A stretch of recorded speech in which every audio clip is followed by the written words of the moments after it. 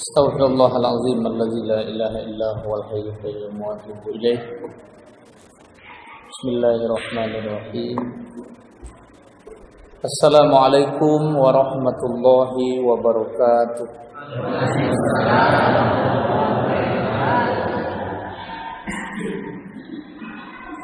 Alhamdulillahi rabbil alamin. Wassalatu wassalamu ala asyrafil anbiya'i wal mursalin Sayyidina Muhammad wa ala alihi wa sahbihi ajma'in. Ashhadu an la ilaha illallah wahdahu la syarika lah wa ashhadu anna Muhammadan abduhu wa rasuluh la nabiyya ba'dah.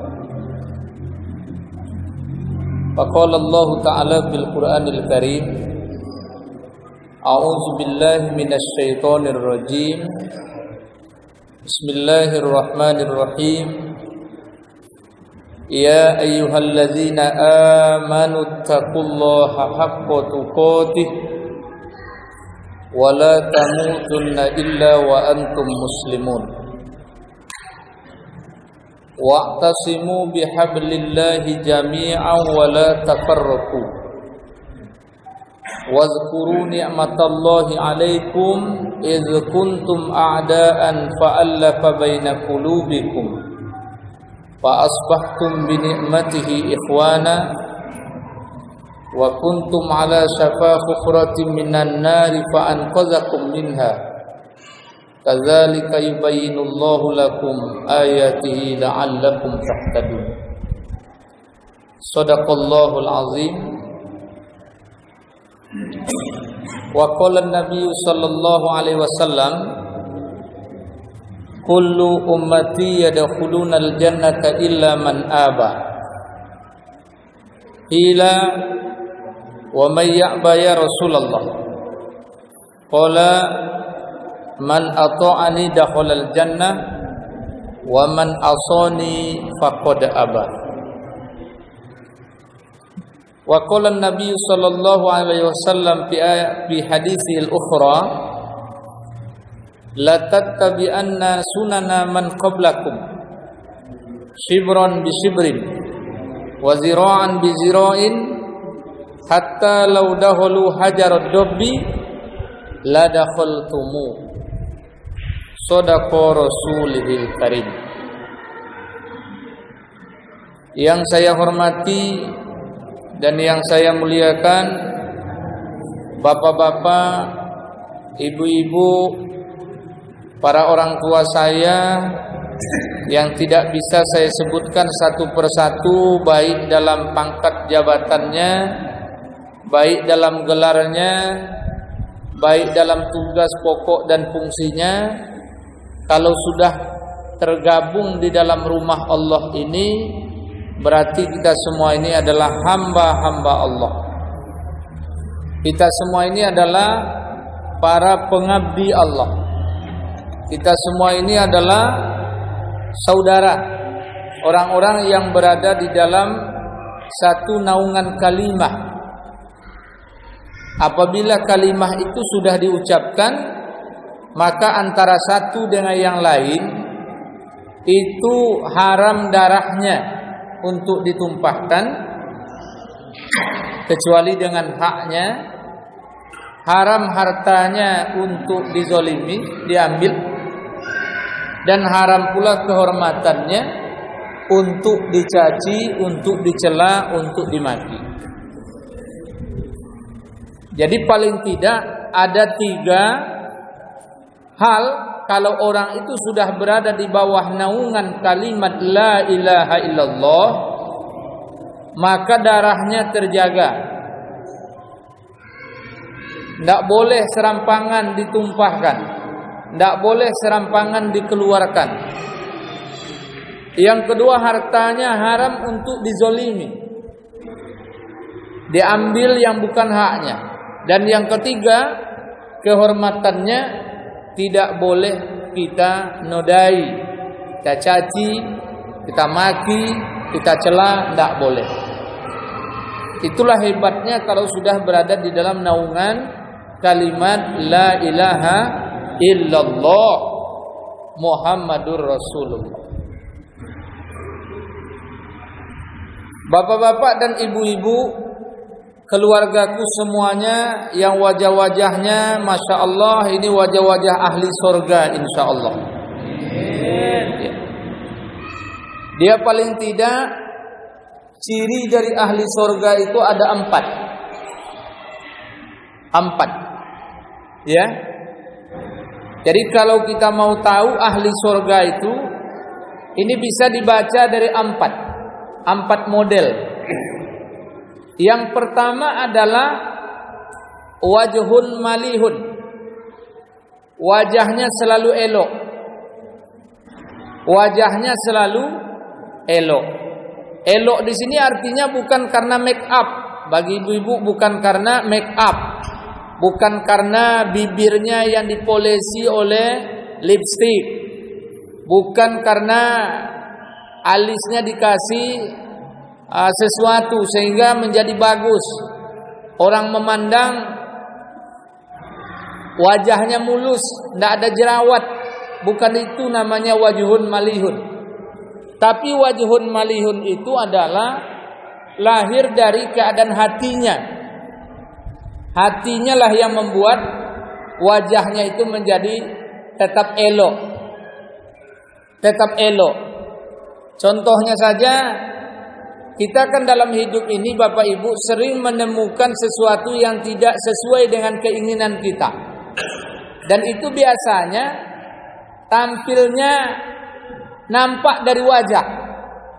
Contoh sekarang, mic-nya tidak jelas, misalnya ini, mic tidak jelas, ya kan? Kalau orang yang kusut hatinya, itu nampak dari wajahnya, akan kusut pula itu, akan kusut, mungkin mukanya merah, mungkin nanti di keningnya akan hadir banyak kerut, akan lahirlah dari tampilan wajahnya tidak senang. Itu contoh. Mic misalnya tak bagus. Atau juga ustadznya terlambat datang misalnya. Ya kan? Misal ustadznya terlambat datang. Itu nampak dari wajahnya. Mana wajah yang ahli surga dengan wajah yang tidak ahli surga itu nampak. Karena kalau wajah ahli surga itu dia akan mengembalikan semua persoalannya itu kepada Allah Subhanahu wa taala. Karena tidak semua yang dia rencanakan bisa didapatnya. Tidak semua yang dia cita-citakan berjalan sesuai dengan apa yang dia kehendaki. Bisa saja ada segala sesuatu yang menjadi sebab yang diinginkannya itu tidak seperti itu. Banyak hal yang menyebabkannya, sehingga dia mengembalikan semua itu kepada Allah Subhanahu wa taala. Dia akan selalu mencari yang terbaik dalam menghadapi situasi yang tidak baik. Contohnya, ustadz terlambat. Ini bukan karena saya terlambat, tidak. Lebih bagus nyontohkan ke kita daripada orang lain, Ustaz Asmardi. Dia terlambat, ya kan?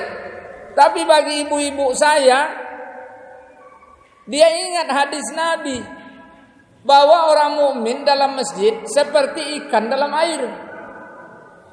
Orang mukmin dalam masjid seperti ikan dalam air. Dia tidak gelisah. Kenapa gelisah? Ini rumah Allah. Duduk saja nilainya pahala terus. Apalagi sampai dia meniatkan iktikaf sambil berzikir kepada Allah, menunggu ustadznya. Itu bagi ibu-ibu yang menilai melalui hati yang penuh dengan iman. Hati yang penuh dengan iman. Begitu juga dengan bapak-bapak. Dia bertahan karena dia tahu bahwa seorang mukmin dalam masjid seperti ikan dalam air. Tenang. Tapi bagaimana dengan seorang munafik dalam masjid? bagaikan burung dalam sangkar. Bagaimana burung dalam sangkar? Dia ingin lepas, dia ingin terbang, dia tidak betah, dia tidak suka. Itulah bedanya pandangan seorang mukmin dengan pandangan seorang munafik. Jadi kalau orang mukmin itu Allah beri dalam hatinya yang ada hubungan dengan Allah, senang dia. Tapi yang tak ada hubungan dengan Allah, bersedih dia dan ada usaha untuk menghindar dari perbuatan tersebut. Bapak dan Ibu yang dirahmati Allah Subhanahu wa taala, ciri ahli surga yang pertama ini wajhun malihun. Kalau tidak salah dulu pernah juga saya menyampaikan kajian ini. Kemudian yang kedua, ciri ahli surga itu adalah qalbun taqiyun. Hatinya yang selalu bertakwa, hatinya yang selalu bersih.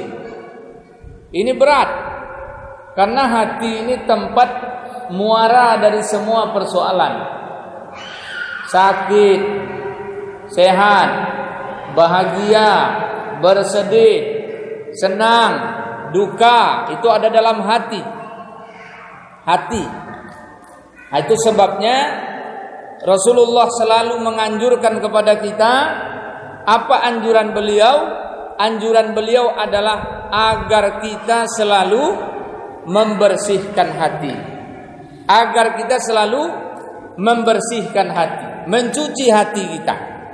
Karena hati itu adalah kunci dari seluruh yang akan kita jalani dalam hidup ini.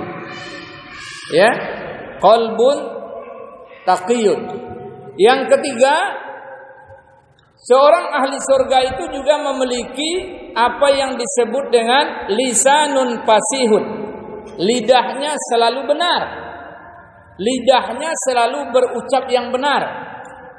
Jauh dari bohong, jauh dari fitnah, jauh dari riba, jauh dari sumpah palsu, jauh dari berbagai hal. Lidah yang kotor, yang tidak baik. Dan yang keempat, ciri ahli surga itu adalah yadun sakhiyun, tangan yang selalu dermawan. Artinya dia punya jiwa yang selalu ingin memberi, dan itu dia buktikan dengan tangan yang selalu terulur kepada orang lain. Sebagaimana sabda Nabi sallallahu alaihi wasallam, khairun nas anfa'uhum linnas. Sebaik-baik manusia adalah yang paling bermanfaat bagi manusia yang lain. Sebaik-baik manusia adalah yang paling bermanfaat bagi manusia yang lain. Ini sebagai pengantar dari kajian Maulid Nabi kita pada malam yang berbahagia ini.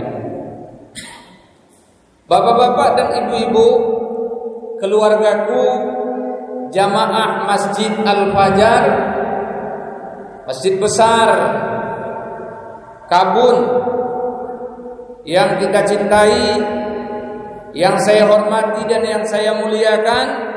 Semoga kehadiran kita semua malam hari ini mendapat ridho dari Allah Subhanahu wa taala, dan apa yang kita kaji malam hari ini dapat hendaknya kita amalkan dan kita jadikan sebagai suluh, kita jadikan sebagai tongkat, kita jadikan sebagai bantal, kita pakai dalam kehidupan kita sehari-hari, yang dengan jalan itu kita selamat hidup dunia dan akhirat. Bapak-bapak dan ibu-ibu yang dirahmati Allah Subhanahu wa taala,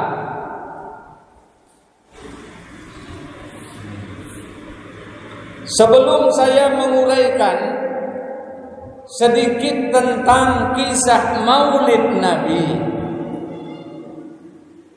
yang kita beri judul pada malam hari ini adalah Maulidur Rasul dan kebangkitan umat. Jadi judulnya Maulid Nabi dan kebangkitan umat. Kalau melihat judul Maulid Nabi dan kebangkitan umat, berarti Maulid Nabi ini ada hubungannya dengan umat ini menjadi bangkit, umat ini menjadi maju, umat ini menjadi kuat, umat ini akan menjadi penguasa, penentu pada masa yang akan datang. Mengapa demikian? Karena Nabi Muhammad sallallahu alaihi wasallam sebelum beliau lahir, umat dalam keadaan terpuruk, umat dalam keadaan tenggelam. Orang Makkah tidak ada harga, orang Madinah tidak ada harga, penduduk Jazirah Arab tidak ada harga. Yang ada harga waktu itu siapa? Romawi punya harga. Siapa lagi? Persia punya harga. Itu sewaktu Nabi Muhammad belum dilahirkan ke muka bumi. Tapi apa yang terjadi?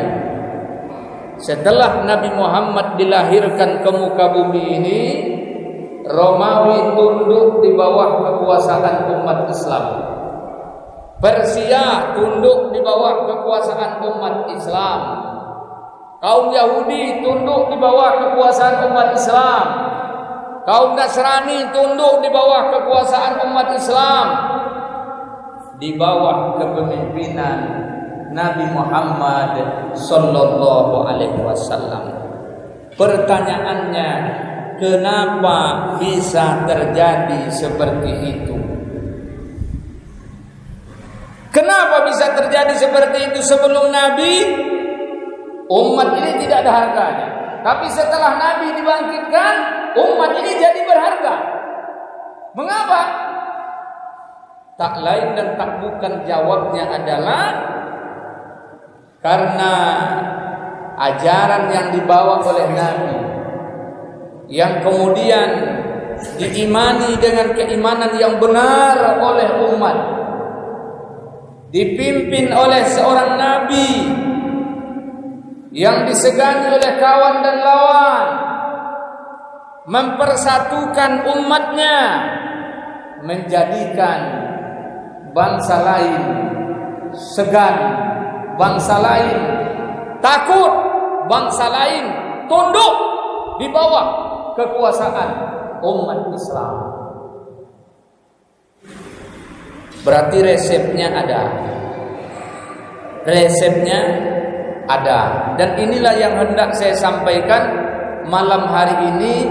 Apatah lagi mengingat, menimbang Indonesia sebagaimana kita ketahui bersama, mayoritas penduduknya adalah Muslim. Bahkan disebutkan oleh para sejahrawan, baik Muslim maupun tidak Muslim, disebutkan oleh para ulama kita, kalaulah sempat umat Islam Indonesia ini hancur, maka hancurlah agama Islam untuk seluruh dunia. Karena apa? Nafasnya sekarang ada di Islam Indonesia. Kalau sempat Islam di Indonesia ini umatnya terkubur, umatnya hancur, maka tidak ada harapan kepada umat Islam di negara lain untuk bisa membangkitkan Islam di dunia ini. Itu harus kita pahami. Bayangkan oleh bapak dan ibu sekalian, di dunia ini ada ratusan negara. Di sana ada umat Islam. Cuma khusus untuk Indonesia yang kita cintai ini, satu di antara ratusan negara tersebut, umat Islam terbesar ada di Indonesia ini. Dan umat Islam yang terbesar ini menentukan sekali kepada peradaban umat Islam untuk seluruh dunia. Oleh sebab itu, kewajiban kita bersama untuk saling bahu-membahu untuk saling jaga menjaga, untuk saling ingat mengingatkan, untuk saling mendaki ke gunung sama mendaki, ke lurah sama menurun, telentang sama minum air, telungkup sama makan tanah. Bagusnya seperti itu antara satu muslim dengan muslim yang lain, dan itu adalah ajaran dari Nabi Muhammad sallallahu alaihi wasallam. Bapak dan Ibu yang dirahmati Allah Subhanahu wa taala,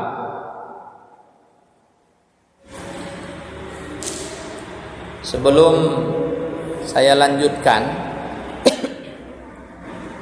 kepada Bapak Ibu semuanya, sebelum kita cerita Maulid Nabi, saya ingin bertanya dulu kepada Bapak Ibu saya, orang-orang tua saya, keluarga saya di sini.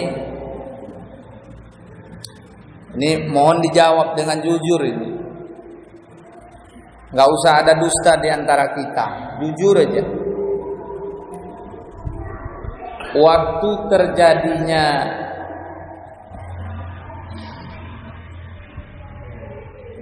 Gubernur Jakarta si Ahok menistakan Al-Quran, apa yang Bapak Ibu rasakan? Jujur, apa yang Bapak Ibu rasakan? Waktu para ulama kita menuntut supaya Ahok ditangkap, supaya Ahok diadili karena telah menghina surat Al-Maidah ayat 51, di TV keluar itu. Bahkan Ustadz Asmardi ikut pada 4/11. Kalau 14 belum, 14 Oktober belum, yang ada 4/11. Saya mau tanya dengan Bapak Ibu, apa yang Bapak Ibu rasakan waktu terjadinya 4/11, atau waktu terjadi umat Islam dari Aceh sampai Papua hadir ke Jakarta menuntut supaya Ahok si penista Al-Quran ditangkap dan diadili? Apa yang Bapak Ibu rasakan? Menerimakah atau tidak menerima? Nah, ini kita bicara soal muslim. Bagaimana perasaan Bapak Ibu? Menerima atau tidak? Ini menerimanya belum jelas nih, apa maksud Pak Ustadz kan? Maksud saya itu begini. Sesuai tidak Bapak Ibu, menerima tidak Bapak Ibu kalau para ulama dengan umat Islam menuntut? Sesuai tidak? Ini belum kompak lagi. Sesuai tidak? Mengapa Bapak Ibu sesuai? Apa sebabnya? Karena dalam pandangan Bapak Ibu, sama dengan pandangan para ulama kita, sama dengan pandangan para kiai, para habaib, sama dengan pandangan para ustadz kita yang telah hadir dari Sabang sampai Merauke di Jakarta. Tapi ketahuilah oleh Bapak Ibu semuanya, tidak semua orang seperti itu. Ada yang cemooh datang, ada yang mengatakan macam-macam terhadap gerakan ini. Katanya, apa katanya? Buang-buang energi saja, sok-sok saja. Ini Indonesia bukan negara Islam. Ini Indonesia ada hukumnya. Ini karena politik. Ini karena tidak sampai hajat keinginannya. Ini pasti karena dibayar. Ini pasti karena dapat duit. macam-macam yang muncul. Kenapa ini terjadi Bapak Ibu semuanya? Tak lain dan tak bukan adalah karena iman yang ada di dalam hati kita, di dalam melihat sebuah masalah yang ada. Kalau iman yang bicara, maka satulah ia. Tapi kalau hawa nafsu yang bicara, bermacam-macamlah sesuai dengan keinginannya.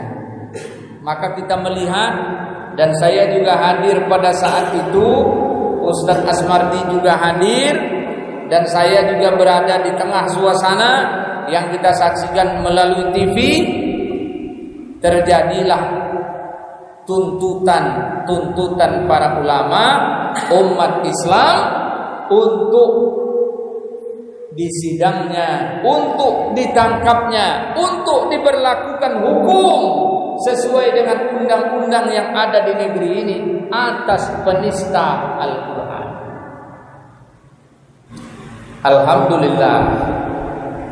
Alhamdulillah, tuntutan itu terjawab dengan ditetapkan sebagai tersangka. Bagi orang yang kurang ilmu dan kurang iman, dia menganggap ini soal kecil.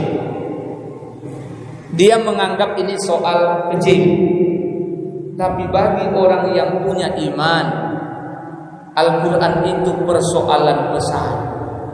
Al-Quran itu napasnya agama ini. Al-Quran itu ruhnya agama ini. Kalau tak ada Al-Quran, tidak ada agama ini. Mengapa?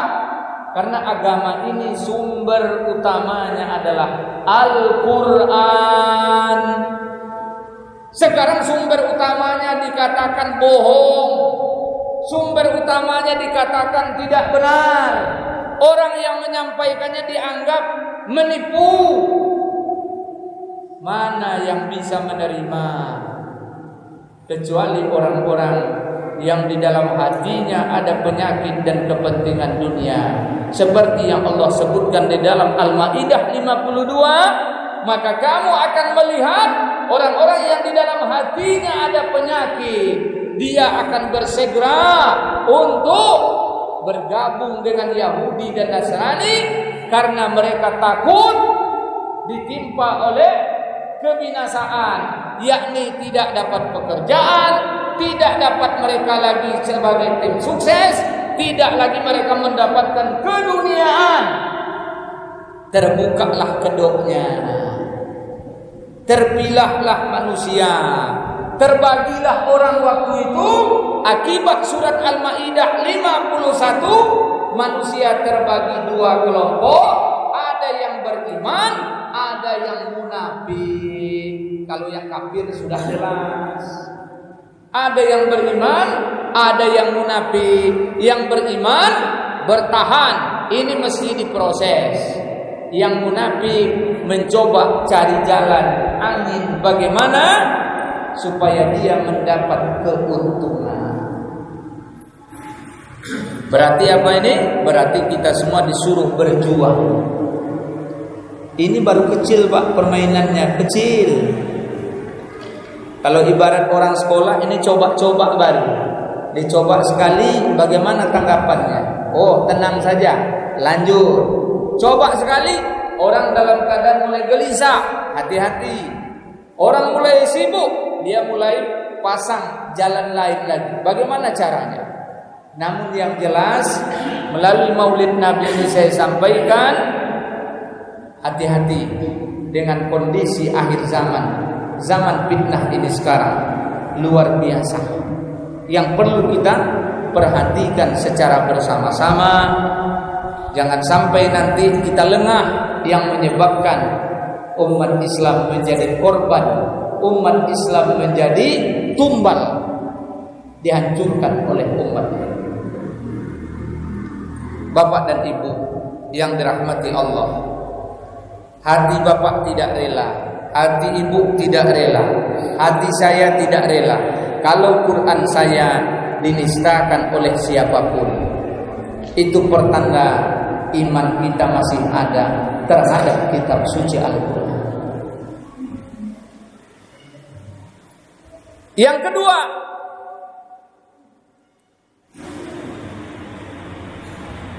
apa yang Bapak Ibu rasakan ketika melihat kemarin itu umat Islam gelar sajadah istighosah, doa bersama di tengah hujan di Monas dalam aksi 212. Apa yang Bapak Ibu rasakan?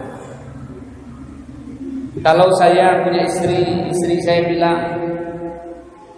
waktu saya di Jakarta juga sama Ustaz Asmardi menangis, mereka rupanya menangis. Banyak yang menangis melihat Jumat di Monas, banyak yang menangis. Termasuk orang rumah saya, istri saya menangis. Ya. Kenapa menangis? Saya tanya, kenapa menangis? Tidak tahu katanya. Sedih hati. Ibu waswawaknya menengok begitu banyak umat Islam di bawah rintik-rintik hujan, di tengah alunan zikir Ustadz Arifin Ilham dalam munajat doa kepada Allah, ditutup dengan khutbahnya Habib Rizik Syihab yang begitu menggebu-gebu meminta kepada seluruh umat Islam agar senantiasa bertakwa kepada Allah, agar umat Islam Indonesia bersatu merapatkan barisan, agar umat Islam Indonesia mendoakan negeri ini tidak pecah, negeri ini tidak hancur. Dan beliau juga mengharapkan kepada umat Islam, kalau hari ini kita menuntut supaya penista Al-Quran, supaya penista agama ditangkap, dipenjara, diterapkan Undang-Undang 156 huruf A. Tapi sesungguhnya bukan itu tujuan utama kita. Tapi tujuan utama kita adalah bagaimana Al-Quran, bagaimana surat Al-Maidah itu bisa diamalkan oleh seluruh umat Islam yang ada di Indonesia, dan kalau bisa menjadi hukum yang ada di Indonesia ini, karena umat Indonesia adalah umat Islam. Maka kata beliau apa? Tugas kita bukan hanya menuntut penista masuk penjara, tapi tugas kita adalah mendorong pemerintah, mengusahakan pemerintah agar pemerintah mau mengamalkan dan menjadikan Al-Quran sebagai pedoman, karena umat di Indonesia adalah umat Islam yang terbesar. Tuntutannya bukan mengada-ada, tuntutannya benar. Kita umat Islam diatur oleh hukum yang bukan hukum Islam. Apa aneh? Tidak aneh. Ibu, nanti ibu dalam kubur malaikat mungkar dan nakir, penanya kita, akan bertanya kepada kita. Apa pertanyaannya? Ma imamuka? Apa imammu? Imam adalah pemimpin, imam adalah yang di depan, imam adalah yang diikuti. Apa imammu? Kalau dia orang muslim, dia akan menjawab, Al-Qur'anu imami. Quran adalah imamku, Quran adalah pemimpinku, Quranlah yang mengatur hidupku. Itu sebabnya beliau Al-Habib Rizik Syihab, imam besar Front Pembela Islam, yang juga pembina Gerakan Pengawal Fatwa Majelis Ulama Indonesia, GNPF. Beliau mengatakan, apa kata beliau? Sesungguhnya ayat-ayat suci di atas ayat konstitusi. Ayat-ayat suci di atas ayat konstitusi. Mengapa? Kalau ayat suci buatan Allah, ayat konstitusi buatan manusia. Masa tinggi buatan manusia daripada buatan Allah Subhanahu wa ta'ala. Kita menyebut beriman, kita menyebut muslim, kita menyebut kita orang bertakwa, tapi ayat suci di bawah ayat konstitusi.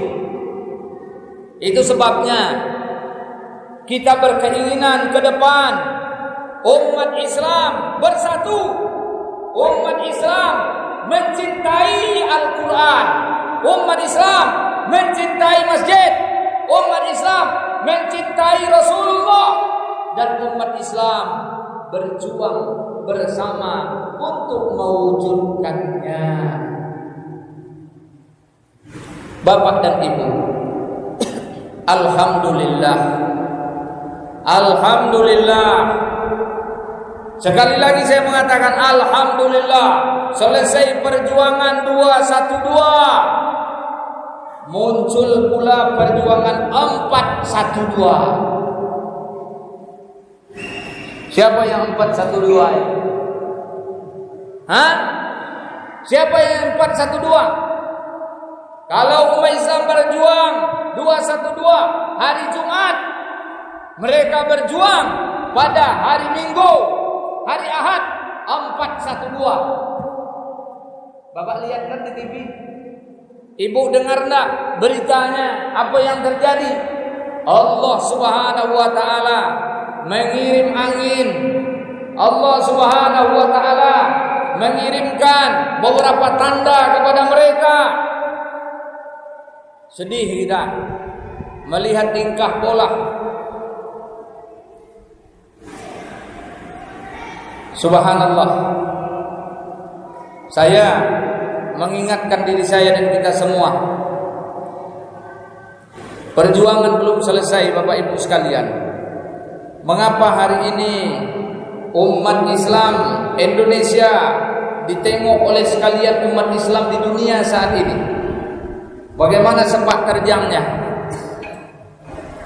Ingat Bapak Ibu, saya tidak ingin menfitnah, tapi saya menyampaikan apa yang terjadi saat ini menimpa Indonesia yang kita cintai.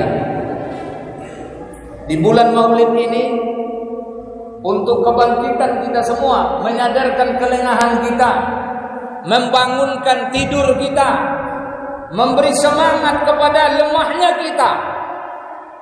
Hari ini Bapak Ibu sekalian, saya ingin sampaikan bahwa sesungguhnya di Indonesia yang kita cintai ini, dengan berbagai macam sumber yang dikumpulkan, sedang terjadi pergulatan, sedang terjadi pertempuran, sedang terjadi persaingan untuk mendapatkan kekuasaan di Indonesia yang kita cintai ini. Satu pihak saat ini PKI dengan berbagai macam cara, baik infiltrasi penyusupan, masuk dia ke kelompok ini, masuk dia ke kelompok sana, jaringan ekonomi dia masuki. Mereka mencoba sekarang ini membangun kekuatan. Membangun kekuatan. Ini harus kita pahami. Karena perang di dunia ini perang terus. PKI. Kalau Bapak pernah melihat di YouTube, di TV, ada orang hari ini berani memakai baju palu arit. Lihat di YouTube, orang baju palu arit enggak masalah. Tapi orang memakai baju tulisan la ilaha illallah, bendera ISIS, bisa jadi masalah. Tapi insya Allah ini menyadarkan, dan ini skenario dari Allah untuk membuka apa yang terjadi sekarang ini supaya kita waspada. Mereka berusaha hari ini untuk masuk ke jajaran pemerintahan. Mereka berusaha masuk melalui ekonomi. Mereka berusaha masuk untuk penanaman modal. Mereka berusaha masuk untuk mencabut ketetapan-ketetapan negara yang sudah baku.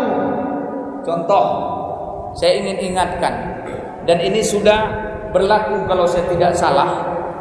Kalau dulu syarat menjadi Presiden Republik Indonesia itu syaratnya mesti pribumi asli. Pribumi asli artinya apa? Yang berhak menjadi pemimpin di negara NKRI ini itu orang yang memang pribumi asli. Sekarang sudah dicabut. Iya bang, sudah dicabut. Sekarang siapa saja boleh mau jadi presiden. Kemarin dicoba lagi mencabut TAP MPR tentang pelarangan komunis di Indonesia. Siapa yang ingin mencabut? Coba kita bayangkan dengan akal sehat. Adakah orang Islam yang jiwanya bersih, yang hatinya penuh keimanan, yang tahu dengan sepak terjang Partai Komunis PKI mau mencabut TAP pelarangan? Saya yakin tidak akan ada yang mau kalau hatinya beriman. Tapi kenapa dia mau mencabut? Ada masalah apa dia ingin mencabut peraturan itu? Apa salahnya peraturan itu tetap di sana? Ini sengaja saya sampaikan malam ini apa? Supaya bertambah pula sedikit wawasan kita mengenai apa yang terjadi di negeri yang kita cintai. Belum lagi hari ini ada kasus yang paling heboh. Silakan buka di YouTube Bapak Ibu sekalian, transparan digambarkan. Beberapa pulau di negeri ini sudah mau dijual. Bahkan sudah dijual. Sehingga untuk membatalkannya beresiko berat. Orang sudah bayar sampai 40 triliun. Duit sudah diambil. Kalau tidak jadi, tentu menjadi tuntutan besar. Supaya tidak jadi tuntutan besar, harus jadi. Kalau harus jadi, korbankan rakyat banyak, korbankan kepentingan negara ini, lindungi segelintir orang. Inilah contoh praktek-praktek yang bakal membuat rusaknya negara ini pada masa yang akan datang. Oh, saya orang Kabun Pak Ustadz, tidak tahu saya urusan itu. Betul. Saya tinggalnya di Pasar Kabun, betul. Tapi imbas dari itu semua pastilah nantinya, tidak cepat lambat, tidak hari ini besok, tidak kita anak cucu akan merasakan bagaimana akibat dari pertarungan yang ada pada saat sekarang ini. Belum lagi kekuatan yang kedua muncul, yaitu kaum Syiah. Kaum Syiah yang juga hari ini mencoba menampakkan dirinya untuk menguasai dan memecah belah kondisi umat yang ada di Indonesia ini. Bapak lihat bagaimana di daerah apa tadi Bang? Aleppo, umat Islam dibantai. Di mana-mana. Mungkin saat ini kita belum membaca itu. Tapi ingat Bapak sekalian, tragedi PKI tahun 65, berapa ratus ribu bahkan juta nyawa tak berdosa harus melayang. Perang antar satu dengan yang lain. Saya melihat di YouTube itu, ya Allah, ngeri sekali saya melihatnya. Ada orang yang diapit dengan gergaji dari sen. Lehernya tidak pakai baju. Ulama ini digergaji. Tak ada kasih sayang. Digergaji. Ada yang ditokok. Ada yang dikubur hidup-hidup. Tahun 65 jadi sejarah buat kita. Tahun 48 jadi sejarah buat kita. jangan terulang pada masa yang akan datang. Tapi kalau Islam, ulama, para habib, para kiai, para ustadz, orang-orang soleh, orang-orang masjid, mereka mau bangkit, tidak akan terjadi kezaliman. Karena orang-orang seperti ini penuh dengan kasih sayang. Tidak akan muncul sesuatu yang dapat merusak orang lain, karena rasa takutnya kepada Allah lebih besar daripada kepentingan-kepentingan dunia yang fana ini. Beda kalau dalam hatinya hawa nafsu, dalam otaknya hawa nafsu, beda. Maka berpikirnya juga hawa nafsu. Tapi kalau dalam hatinya iman, dalam otaknya iman, dalam hatinya itu Allah dan kebesarannya, maka dia akan berusaha untuk menerapkan agama itu dalam kehidupan di masyarakat. Itu sebabnya Maulid Nabi kebangkitan bagi umat ini. Kenapa? Karena Nabilah yang mempelopori semangat para sahabat untuk keluar dari kejahiliahan menuju kepada Islam. Keluar dari jahiliyah, ayo masuk ke dalam Islam. Karena Islam itu rahmatan lil alamin, rahmat bagi semesta alam. Dua Pak, satu PKI, dua Syiah. Hati-hati. Yang ketiga, yang hari ini juga sudah mewabah di tengah masyarakat umat Islam, yang harus diwaspadai, yang harus kita berhati-hati. Apa itu? Itu yang disebut dengan sekuler dan liberalisme. Apa itu sekuler? Sekuler adalah memisahkan agama dari kehidupan negara. Negara ya negara, agama ya agama. Sengaja dibuat atakan ini di tengah umat Islam. Sehingga kalau mau main bola lah, itu olahraga. Masalah sholat itu urusan agama. Main bola diatur oleh negara, sholat tak perlu diatur oleh negara. Akhirnya muncullah olahragawan tak beragama. Lihat betapa banyak hari ini dengan sebab sepak bola di sore hari, umat Islam dijauhkan dari sholat maghrib, sholat asar. Lihat hari ini dengan slogan olahraga, dikeluarkan biaya sebesar-besarnya, diajak patungan antara satu dengan yang lainnya, bayar-membayar demi untuk tercipta olahraga. Tapi olahraganya sayang, tidak membawa manusia menyadari tentang dirinya, taat kepada Allah Subhanahu wa ta'ala, dan bermanfaat bagi orang lain. Maka oleh sebab itu, hati-hati dengan tiga hal ini: PKI, Syiah, dan yang ketiga adalah jaringan Islam liberal atau liberalisme, atau kelompok bebas yang ingin mengutaati ayat Allah, yang ingin merusak sabda Rasulullah demi memuaskan keinginan hawa nafsunya, tanpa pikiran yang sehat, tanpa akal yang dibimbing oleh wahyu Allah Subhanahu wa ta'ala. Bapak-bapak, ibu-ibu, keluargaku, jamaah Masjid Al-Fajar yang dirahmati oleh Allah Subhanahu wa ta'ala. Rasulullah sallallahu alaihi wasallam diutus ke muka bumi ini tak lain dan tak bukan adalah memperbaiki akhlak budi pekerti kita manusia ini. Sementara iblis, setan, dan pengikutnya diutus ke muka bumi ini untuk merusak akhlak manusia. Berarti ada dua kubu. Ini harus hati-hati ini. Kalau malam ini kita maulid Nabi, mengingat Nabi Muhammad, ingatlah Nabi Muhammad, tapi jangan lupa ingat juga yang berlawanan dengan Nabi Muhammad. Kalau hari ini kita kumpul bersama mengajak kepada Allah, sebentar lagi akan ada orang mengajak kita berkumpul untuk menjauhi Allah Subhanahu wa taala. Itu dalam sunnah hidup. Selalu begitu. Rasulullah mengajak kepada akhlak yang baik. Sahabat dibina Nabi mengajak kepada akhlak yang baik. Para ulama pewaris sahabat mengajak kepada akhlak yang baik.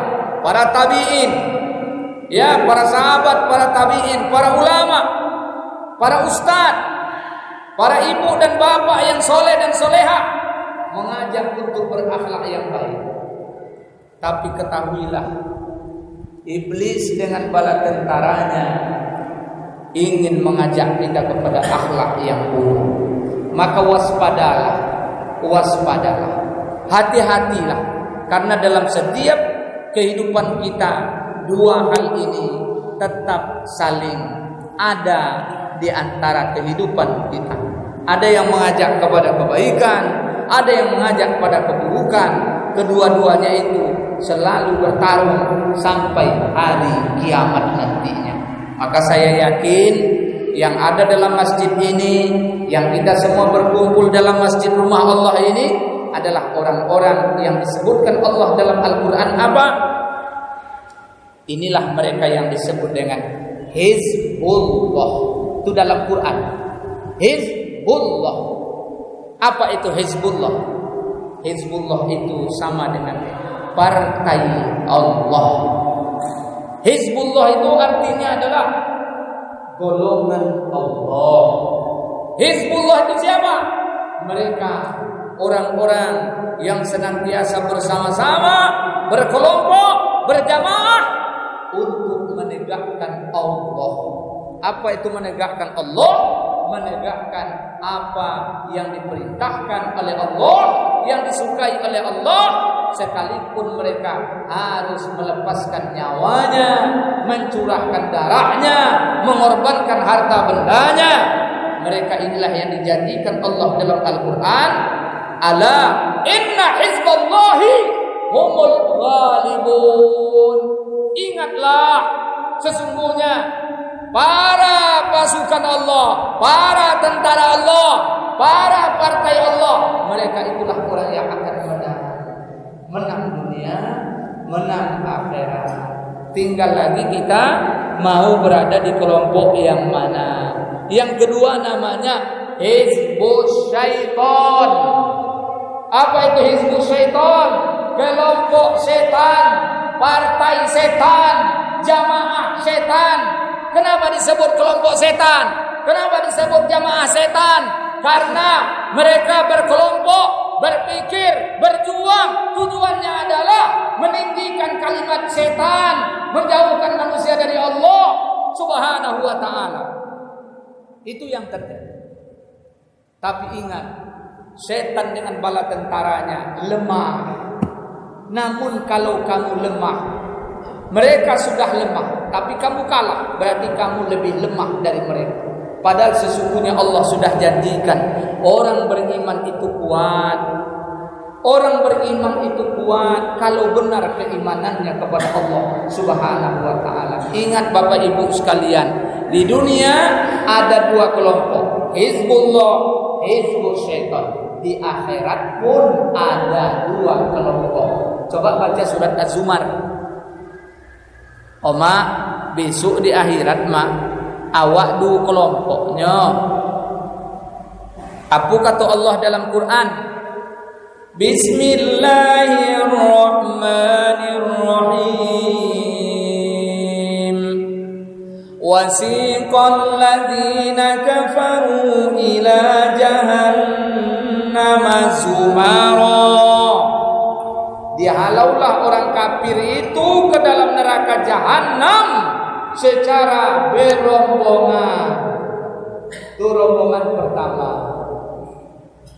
Yang kedua, wasiqal ladzina taqaw rabbahum ilal jannati zumara.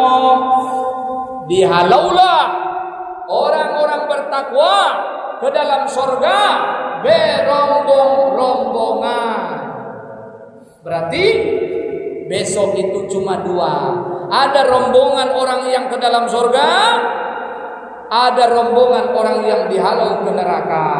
Kalau di dunia saat kita hidup sekarang ini, manusia juga terjadi dua. Ada rombongan manusia yang disebut Hizbullah, itu yang bertakwa. Ada rombongan yang disebut Hizbus Syaitan, itu rombongan yang masuk neraka yang disebut kafir. Lalu di mana letak munafik, Pak Ustaz? Letak munafik ada di kelompok orang kafir. Kenapa demikian? Orang munafik itu sesuai dengan penjelasan Allah dalam surat Al-Maidah ayat 43. Orang kafir itu, orang munafik itu masuknya ke dalam kelompok orang kafir. Namun azab orang munafik itu sangat berat, sampai disebutkan oleh Allah, sesungguhnya orang munafik itu tempatnya ada di dalam kerak neraka. Siapa itu orang munafik? Orang munafik adalah orang yang pura-pura beriman, tapi sesungguhnya dia adalah musuh Allah, musuh Rasul yang ingin menghancurkan agama ini. Maka kalau sudah terbakar semangat kita, saya harus jadi muslim yang baik, saya harus jadi muslimah yang baik. Mari kita buka lembaran baru di bulan Rabiul Awal ini, bahwasanya Nabi Muhammad sallallahu alaihi wasallam dengan para sahabat telah bernyala-nyala semangat mereka, telah bersimbah darah, telah mengucur keringatnya untuk apa? Menegakkan agama Allah, Islam yang kita cintai pada saat ini. Maka tugas kita adalah tegakkanlah Islam dalam dirimu, niscaya ia akan tegak di lingkungan tempat tinggal. Jadi kuncinya kembali kepada kita masing-masing. Bapak dan Ibu yang dirahmati Allah Subhanahu wa taala, tidak lengkap rasanya kajian malam hari ini kalau tidak saya tutup dengan pesan Nabi sallallahu alaihi wasallam untuk kita bawa pulang dalam hidup kita sehari-hari, terutama untuk menjaga kekompakan kita, untuk menjaga semangat juang kita. Karena saya yakin, saya tidak cerita tentang maulid Nabi, ayah Nabi ini, mak Nabi ini, kakeknya ini. Saya tidak cerita itu. Kenapa? Karena yang hadir ini orang yang sudah mengenal itu semua. Yang hadir ini yang sudah beriman kepada Allah. Yang hadir ini sudah memiliki kecintaan yang luar biasa kepada Rasulullah sallallahu alaihi wasallam. Cuma saya hanya mengingatkan saja kepada kita. Dua yang ingin saya ingatkan. Yang pertama, ke dalam, artinya ke dalam kelompok kita umat Islam ini. Apa itu? Yang pertama adalah jauhilah dalam hidup ini bersuudzon atau berburuk sangka. Itu yang pertama. Jauhilah suudzon atau buruk sangka. Kenapa Ustaz? Karena di akhir zaman umat Islam akan dipecah, umat Islam akan dihancurkan melalui disebarkannya buruk sangka di tengah-tengah kehidupan umat ini. Maka jangan heran dari masjid hari ini banyak terjadi perpecahan. Antar imam tidak bersiteguran, antar pengurus masjid tidak kompak. Asal muasalnya apa? Ada di hati tak enak, ada di pikiran tak enak. Lihat dia berpikirnya negatif, tengoknya itu berpikirnya ini elok, namanya sakwa sangku buruk kepada orang lain, merusak kepada persaudaraan dan persatuan. Kalau itu rusak, jangan buat awak menjadi kuat, nekalai kuat. Oleh sebab itu kita harus tinggalkan, kita harus buang buruk sangka kepada siapapun. Itu yang perlu saya ingat. Yang kedua, kalau masalah dosanya besar, itu termasuk dosa besar. Yang kedua, jauhi dalam hidup bermasyarakat di tengah-tengah kita dengki, sombong, dengki, sombong, kemudian zalim. Dengki, sombong, zalim. Kalau yang pertama tadi adalah buruk sangka, dan yang kedua dengki, sombong, dan zalim. Ini saya satukan. Kenapa saya satukan? Karena sumber kehancuran mulai daripada manusia pertama diciptakan Allah sampai nanti hari kiamat, 3 dosa ini merusak kepada kehidupan umat ini. Dengki, tidak senang melihat orang mendapat nikmat Allah, dan dia ingin nikmat Allah hilang dari orang itu. Kalau perlu orang itu sekalian hilang. Itu namanya penyakit dengki. Itu tidak akan pernah membawa selamat dalam hidup di diri sendiri, tak selamat dalam keluarga, tak selamat dalam bermasyarakat. Kalau ada dengki. Sombong, merasa diri lebih, meremehkan orang lain. Itu kalau dipakai dalam masyarakat, hancur masyarakat. Tidak ada manfaatnya kita beribadah kalau penyakit itu tidak bisa hilang dari diri kita. Merasa diri lebih dan meremehkan orang lain. Itu sombong namanya. Itu bibitnya iblis. Dengki bibitnya juga iblis. Iblislah orang pertama yang dengki. Iblislah orang pertama sombong. Dia keluar dari surga karena kesombongan dan kedengkiannya terhadap Nabi Adam alaihissalam. Fir'aun sombong, tenggelam di Laut Merah. Namrud sombong, mati. Masuk nyamuk ke dalam telinganya, dia pecah kepalanya. Qarun sombong, ditelan oleh bumi. Abraha sombong, matinya menghinakan. Siapapun yang berlaku dalam hidup di dunia ini sombong, dengki, zalim, siap-siaplah untuk menjadi hina di dunia dan hina di akhirat. Khusus kepada kita umat Islam, mari sama-sama kita jaga.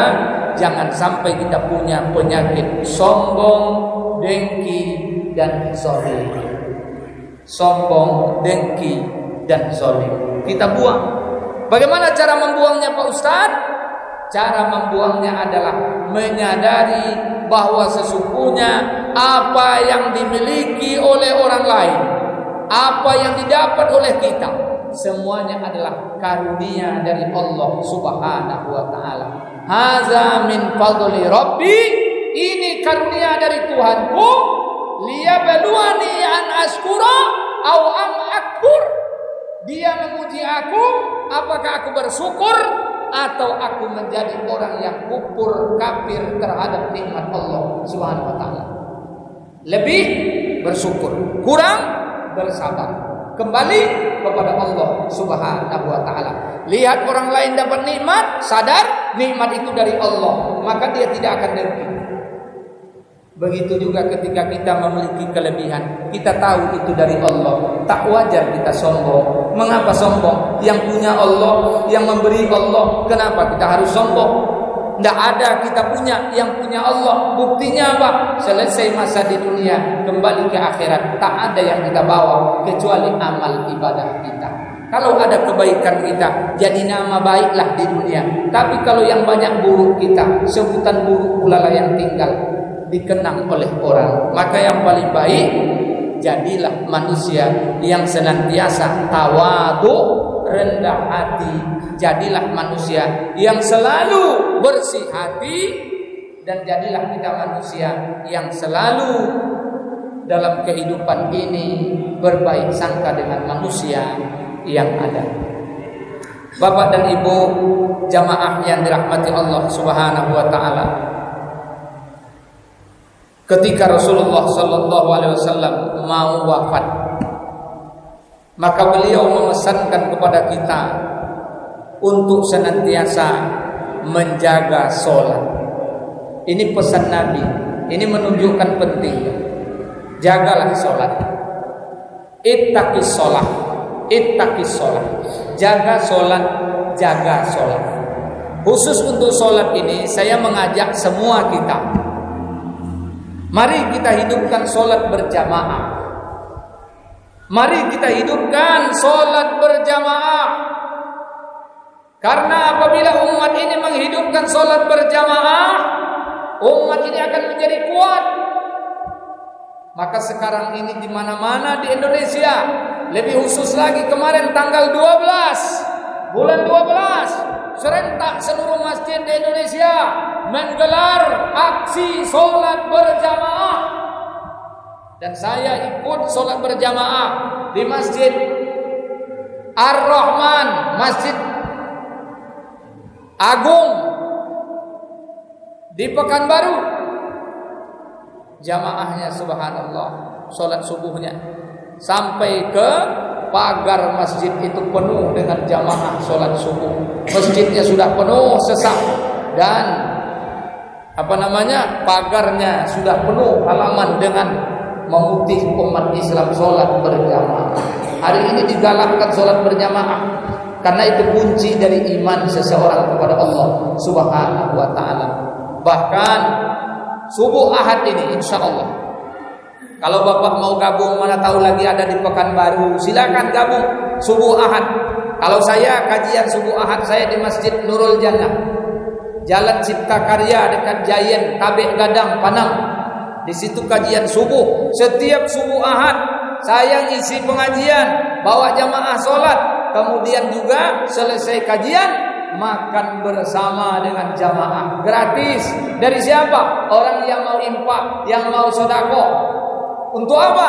Menghidupkan masjidnya sehingga masjid ini hidup terus ya. Subuh terus ada kultum subuhnya. Subuh Ahad umat Islam ramai datang. Dan subuh Ahad ini dialih tempat ke Masjid Babul Iman Purwodadi, masih daerah Tabek Gadang juga, Purwodadi. Ustadznya ada 7-8 orang ustadz sekali tampil subuh Ahad nanti. Ustadz kondang saja dari Pekanbaru, mereka akan nanti menyampaikan kajiannya 5 menit satu orang, 10 menit satu orang. Tujuannya apa? Membangkitkan semangat umat Islam bahwa kita ini bersatu. Boleh bendera berbeda, boleh. Oh ini ada jamaah tabligh, silakan. Oh ini ada salafi, silakan. Ya ini HTI Hizbut Tahrir, silakan. Ya ini FPI, silakan. Ya ini Kahmi, silakan. Ya ini IKMI, silakan. Ya ini Muhammadiyah, bawalah. Ya ini NU, silakan. Ya ini Thariqat, majulah. Boleh berbeda, tapi satu tujuan. Jangan berbeda terus. Inilah yang menyedihkan kita. Jangan berbeda terus dengan benderanya. Bendera boleh beda, wadah boleh beda, tapi disatukan oleh cita-cita bersama li'a'la'i kalimatillah, meninggikan kalimat Allah. Orang Yahudi dan Nasrani tidak takut kepada umat ini kalau masih ibadahnya belum sempurna kepada Allah. Karena letak pertolongan Allah ada dalam ibadah kita yang sempurna. Salah satunya sholat subuh berjamaah. Dan alhamdulillah kita ada manajemen dakwah kita. Ini yang hadir sama saya ini tim dakwah, tim manajemen kita yang disebut dengan Al-Jannah Manajemen. Tujuannya adalah untuk merapatkan barisan. Semua kita bisa berdakwah. Yang kaya bisa berdakwah dengan hartanya, yang berilmu berdakwah dengan ilmunya. Siapa saja bisa berdakwah. Dan nanti pada hari Ahad, subuh Ahad di Purwodadi Masjid Babul Iman akan digelar subuh berjamaah dengan kajian subuh yang disebut dengan jihad. Jihad kepanjangannya adalah kajian hari Ahad. Itu maknanya. Jadi jangan salah paham. Oh, kok tulisannya jihad? Berarti ini perang ini, sembelih ini. Bukan. Jihad singkatannya, kepanjangannya adalah kajian hari Ahad. Jadi ada kajian hari Ahad. Maka di masjid ini pun bisa kita buat nanti. Ya, kalau memang ingin para ustadz yang dari Pekanbaru kita akan bawa ke sini. Kalau pengurus ini kompak, tidak masalah. Oh, mau butuh ustaz, ya kita siapkan 5, 6 atau 8 orang. Kita buat di sini acaranya. Subuh apa misalnya? Oh, subuh Ahad, apa subuh Jumat? Catatan konfirmasi dulu. Cerita dulu, dicocokkan dulu. Ternyata cocok masjid kita ini, kita isi ramai-ramai, kita bakar semangat. untuk apa? Menghidupkan Islam yang hari ini sudah mulai redup oleh kebesaran dunia yang bersarang di dada-dada kita. Bapak dan Ibu yang dirahmati Allah Subhanahu wa taala, ini hari akhir, zaman akhir. 1500 tahun kata Nabi, umur umat Nabi Muhammad di 1500 tahun. Kalau kita hitung-hitung dari jumlah yang ada, sekarang sudah 1489 Bapak sekalian.